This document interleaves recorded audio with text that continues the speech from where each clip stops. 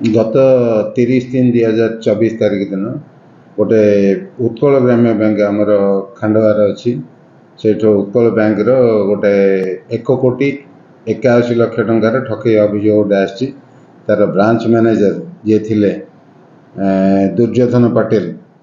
सी तांकर पुओ होउचंदी देवाशीष पाटिल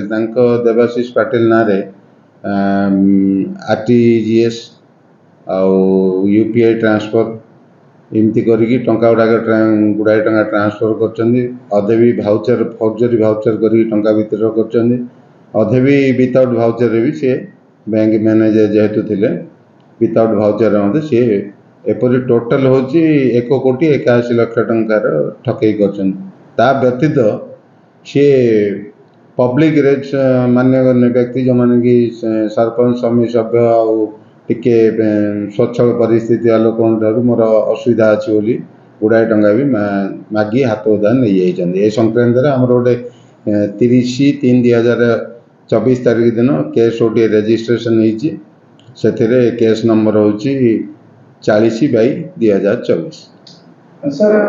जो घटना घटला सर क्यों अभियोग करते लिखित अभियोग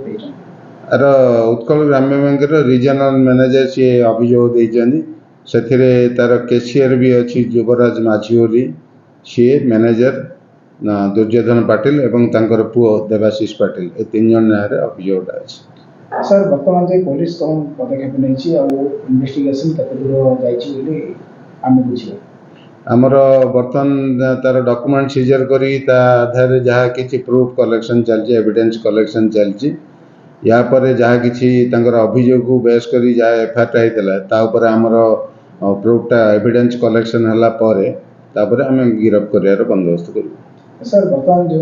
व्यक्ति नाम अभियोग आसी सर से बर्तमान पुलिस कस्टडी रोचे ना बर्तमान कौन फरार अच्छा नहीं मैनेजर आउ पुओ मैनेजर प्रकृत सी भवानीपाटना गोटे पाख गाँव सी लोक सी फेरार अच्छा आउ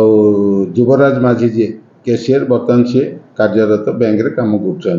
आमर तदंत पर आम कार्यानुष्ठान।